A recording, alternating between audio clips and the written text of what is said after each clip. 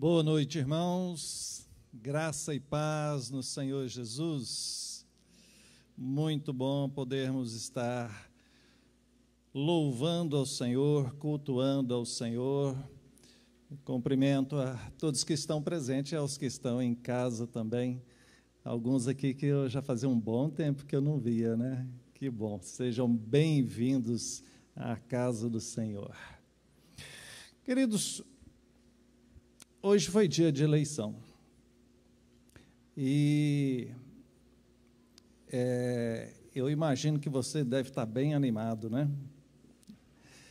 Com as eleições, muitos candidatos bons e as perspectivas devem ser as melhores possíveis. Na verdade, eu estou sendo um pouco irônico, porque o cenário nacional e talvez até mundial, quando se fala a respeito de política, de economia, é bem desanimador.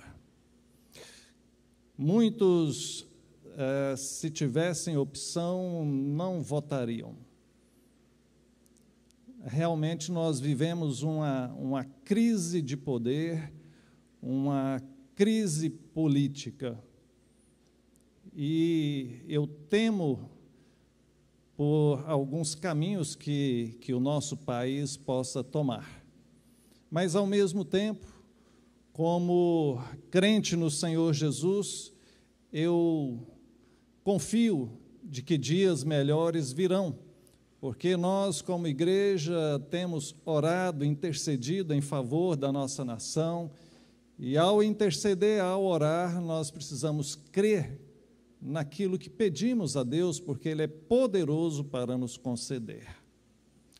Agora, trazendo esse tema da eleição, eu gostaria de falar sobre uma eleição que nunca desampara, que nunca falha, que nunca traz dúvidas, de uma eleição que é apontada nas Escrituras Sagradas.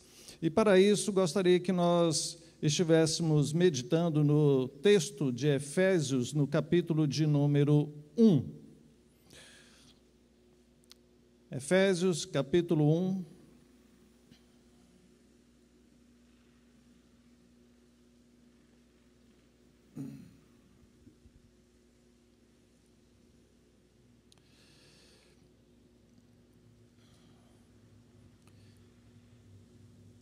Eu vou ler apenas os 2 primeiros versículos para ganharmos tempo, mas você, por favor, permaneça com a sua Bíblia aberta, que nós iremos ler o restante à medida que formos falando. Paulo, apóstolo de Cristo Jesus, por vontade de Deus, aos santos que vivem em Éfeso e fiéis em Cristo Jesus, graça a vós outros e paz da parte de Deus, nosso Pai, e do Senhor Jesus Cristo. Amém. O apóstolo Paulo sempre faz essa saudação, desejando, invocando a graça e a paz do nosso Senhor Jesus, e eu gosto desse tipo de cumprimento, eu particularmente adoto na minha vida. Ele está escrevendo a esta igreja que está na cidade de Éfeso, e como é precioso os ensinos que nós retiramos de tudo aquilo que ele transmite àqueles irmãos. É palavra de Deus, não é a palavra de um homem, não é apenas Paulo quem está falando, ele é apenas um instrumento. Aqui é Deus inspirando ele e deixando isso registrado para nós, hoje e em todos os tempos, todos os crentes, os cristãos, em todas as épocas. Pois bem, observe que ele vai destacar algumas questões aqui a respeito da nossa eleição. Então, ele fala primeiramente a respeito do fundamento da eleição, e quando nós falamos a respeito da eleição que a Bíblia manifesta é o fato de Deus ter elegido, escolhido um povo para morar com Ele no céu. Ele, entre todos que Ele criou, porque todos foram criados por Ele, todos são criaturas dEle, entre eles Ele elege, escolhe um povo. E então esse ato eletivo, essa escolha soberana de Deus, é que a Bíblia vai decorrer em tantos textos, querido. A famosa doutrina da predestinação, ou seja, de Deus ter escolhido anteriormente a esse povo que Ele deseja estar junto eternamente. Verso de número 3 diz assim: bendito o Deus e Pai de nosso Senhor Jesus Cristo, que nos tem abençoado com toda sorte de bênção espiritual nas regiões celestiais em Cristo, assim como nos escolheu nele antes da fundação do mundo, para sermos santos e irrepreensíveis perante Ele em amor. O fundamento da eleição, da doutrina da eleição, a doutrina da predestinação, é o próprio Senhor Jesus Cristo. Ele é o fundamento dessa escolha, porque somos escolhidos nele, através dele. Ele morreu por aqueles que Ele desejou, por aqueles que Ele escolheu desde a eternidade, como aqui está escrito. Bendito seja o Deus e Pai de nosso Senhor Jesus Cristo. Verso 4, que nos escolheu nele, ou seja, nos escolheu em Cristo. Em Cristo é manifestado, em Cristo fica patente a nossa salvação. A salvação só se dá através de Jesus Cristo, e nós bem sabemos que não são todos que serão salvos. A Bíblia fala claramente da existência de dois destinos eternos, céu e inferno. E embora alguns creiam que pelo fato de que a Bíblia diz que Deus é amor, todos serão salvos no final, essa falsa doutrina do universalismo que prega a salvação para todos é falsa, é uma heresia. A Bíblia deixa bem claro o fato de existir o inferno, o lugar preparado para aqueles que não são salvos, para aqueles que não foram escolhidos por Deus, por aqueles que, assim sendo, rejeitam a fé, rejeitam o conhecimento e a graça do Senhor. Então, observa que o fundamento traz a pessoa de Jesus à tona, e quando nós nos dizemos cristãos, nós nos dizemos como aqueles que seguem a Cristo, e seguir a Cristo, viver por Cristo,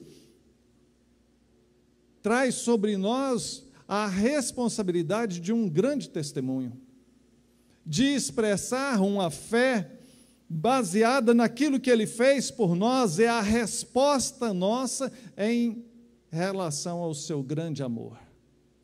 Ele, então, diante de todos os seus sofrimentos, não levou isso em conta, mas foi até o fim, padecendo na cruz, para que eu e você pudéssemos ser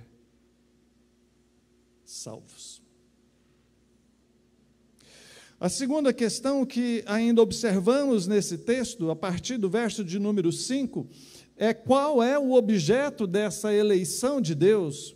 O verso de número 5 diz que Ele nos predestinou para Ele mesmo, para que fôssemos adotados como filhos.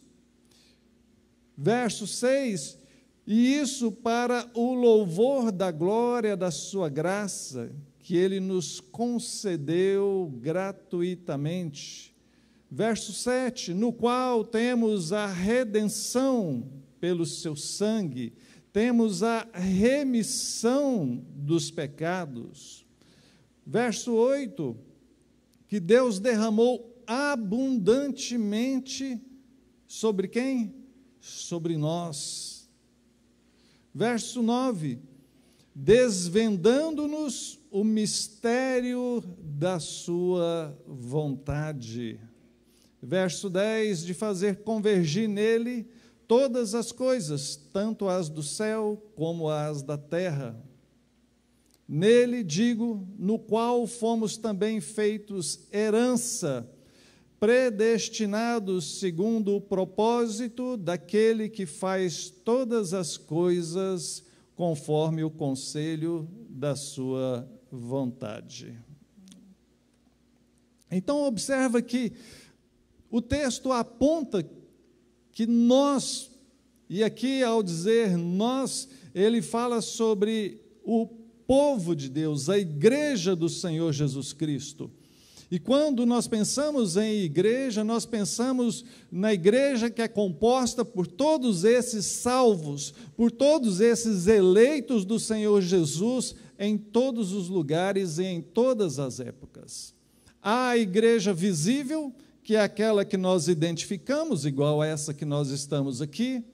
Ela tem denominação, ela tem rol de membros, nós conhecemos pessoas, comungamos da mesma fé, participamos das mesmas programações e eventos. É essa igreja visível, essa igreja que nós conseguimos identificar, embora não saibamos realmente quem é salvo e quem não é, porque o próprio Senhor Jesus diz que ao trigo e ao joio, há aqueles que realmente lhe pertencem, mas a Bíblia vai apontar sobre a igreja invisível, sobre a igreja, como eu disse, que é composta por todos os salvos, quer seja aqui, quer seja em outra cidade, quer seja em outro país, quer seja nos anos, séculos passados ou nos que virão.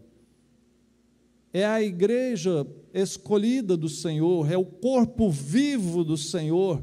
Então, esses são o alvo da escolha, da eleição de Deus. É por esses que ele morreu, é por esses que ele se entregou. Quando nós celebramos a ceia do Senhor, e desde que voltamos aos cultos presenciais, estamos celebrando todo domingo, e como é gostoso, né? Nós sempre mencionamos a respeito do sacrifício de Jesus por nós. E os textos que apontam sobre a ceia do Senhor, apontam para o fato de que ele morreu por muitos. Ou seja, não é por todos, porque se admitíssemos que todos serão salvos, então, como pensar no sacrifício de Jesus? Como pensar nas palavras de Jesus? Ele, então, morreu por aqueles que o Pai lhe concedeu. João, capítulo 10, ele vai trazer isso de forma bem clara, que a todos aquele que o Pai lhe dá, esses ele salva. Esses ele tem nas suas mãos, e das suas mãos ninguém consegue arrebatar. Então observa que o grande amor de Deus se manifesta sobre nós. Esta herança, ele diz aqui no verso de número 11, no qual fomos também feitos herança do Senhor, predestinados segundo o propósito dele sobre nós, o grande amor manifesto do Senhor sobre nós, queridos. Isso traz algumas reflexões sobre nós. Primeiro, a da seriedade do nosso testemunho cristão. Ele não poupou esforços para salvar aqueles que lhe pertencem. E nós, da mesma forma, precisamos honrar o seu grande sacrifício por nós. Também traz a reflexão sobre nós, que precisamos, como igreja do Senhor, honrar a Deus, manifestando realmente um testemunho como corpo de Cristo, que celebra, que evangeliza, que pratica as boas obras que são mencionadas, que dá o seu testemunho diante dessa sociedade, que faz a diferença por onde quer que estejamos indo ou onde quer que estejamos como igreja. E o terceiro aspecto que a doutrina da eleição traz é sobre o propósito disso. Por que que Deus fez isso? E qual era a intenção, então, do Senhor? Verso de número 12 diz: a fim de sermos para o louvor da sua glória. Nós, os que de antemão esperamos em Cristo, em quem também vós, depois de ouvides a palavra da verdade, o evangelho da vossa salvação, tendo nele também crido, fostes selados com o espírito da promessa, o qual é o penhor da nossa herança, até o resgate da sua propriedade, em louvor da sua glória. A finalidade é bem clara nas Escrituras. Deus fez isso para o louvor da sua glória. Deus fez isso por conta dele mesmo e não por nós, porque nós não merecíamos. Aliás, não há ninguém, e nunca houve, nunca haverá alguém que pudesse merecer. Não é por merecimento, não é por obras. A salvação não pode ser merecida, não pode ser comprada, não pode ser permutada. A salvação é pela graça do Senhor, e Ele faz isso objetivando a sua própria glória. É o nosso bem, mas que resulta na glória dEle, porque quando reconhecemos que é Ele quem nos elegeu, que é Ele quem nos escolheu, nós nos humilhamos. Não fui eu quem me salvei, e não foi outra pessoa que me salvou, não foi eu que me converti, tudo foi Ele quem fez, foi Ele quem me escolheu, foi Ele quem me amou, foi Ele quem me chamou, foi Ele quem me tirou do lamaçal do pecado, e é Ele quem tem me sustentado de pé, porque se não fosse Ele, eu já teria voltado para o pecado. Toda honra, toda glória, então, seja dada a Ele, porque tudo vem dEle e tudo volta para Ele, e sem Ele nada do que foi feito seria feito, ou viria a existir. Ele é o princípio, Ele é o fim, Ele é o Senhor, Ele é Deus. Quando falamos a respeito da existência de um Deus, falamos de um ser supremo que não pode ser comparado a nenhuma pessoa.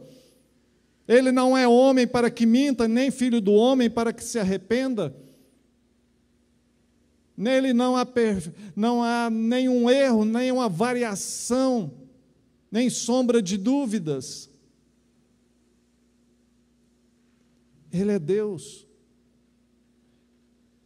E precisamos, sim, recordar essas coisas e, sim, nos colocarmos no nosso devido lugar como seres criados por Ele. Ele é o Criador e sustentador das nossas vidas. O que seria de nós se não fosse a graça e misericórdia do Senhor? Já teríamos nos afundado nos nossos pecados, já teríamos afundado nas nossas decepções, nas nossas crises existenciais, nas nossas dúvidas. Nós somos tão fracos,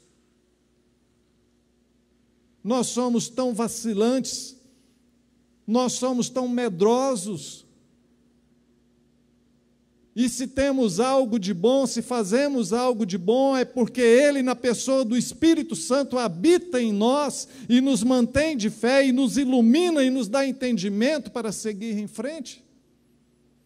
É esse mesmo Espírito que habita em nós e que nos mostra dia a dia os perigos, nos convence do pecado, do juízo e da justiça.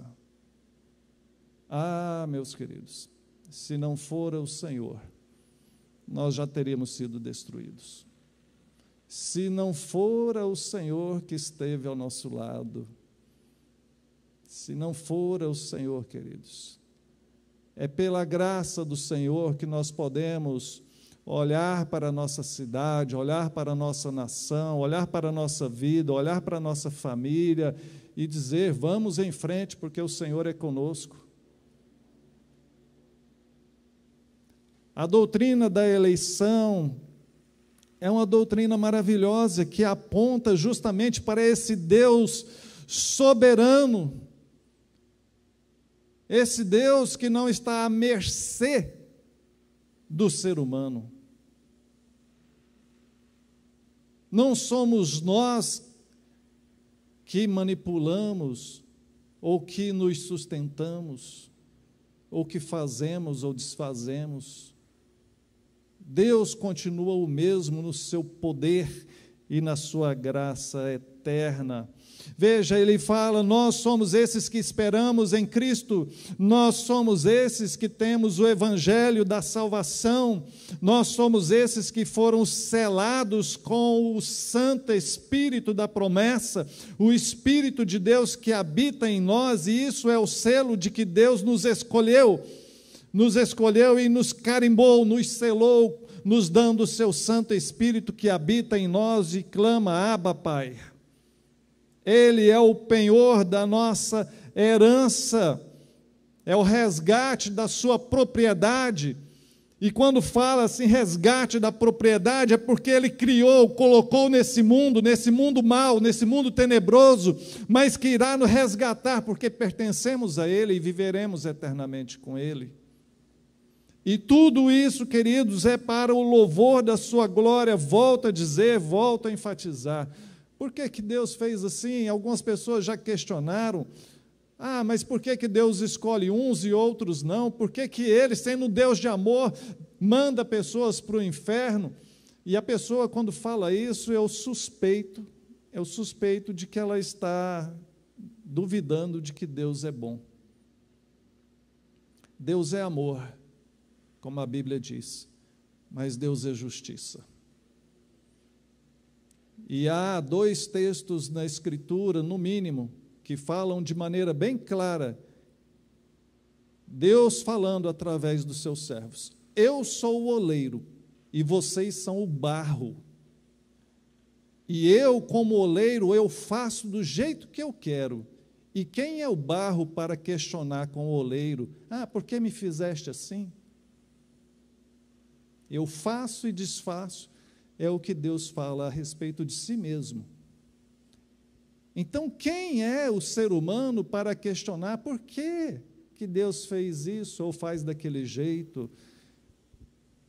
Confiemos no Senhor, confiemos no seu amor e sejamos gratos por estarmos aqui, por estarmos participando desse culto, seja presencial ou online, porque se você está fazendo isso, isso é um bom indicativo de que você é alguém que foi eleito por Deus. É um bom indicativo de que você é alguém eleito por Deus. Concluindo, queridos, fomos eleitos, sim, fomos escolhidos, fomos predestinados. Há tantos termos que falam a respeito disso. E isso foi feito para a glória do Senhor, para o louvor do Senhor, e nós precisamos, como esse povo eleito, como essa nação santa, como esse povo de propriedade exclusiva de Deus, precisamos proclamar as virtudes daquele que nos chamou das trevas para a sua maravilhosa luz. Precisamos dar a devida glória ao Senhor e, repito, se você não sabe como dar glória a Deus, é através de uma vida fiel.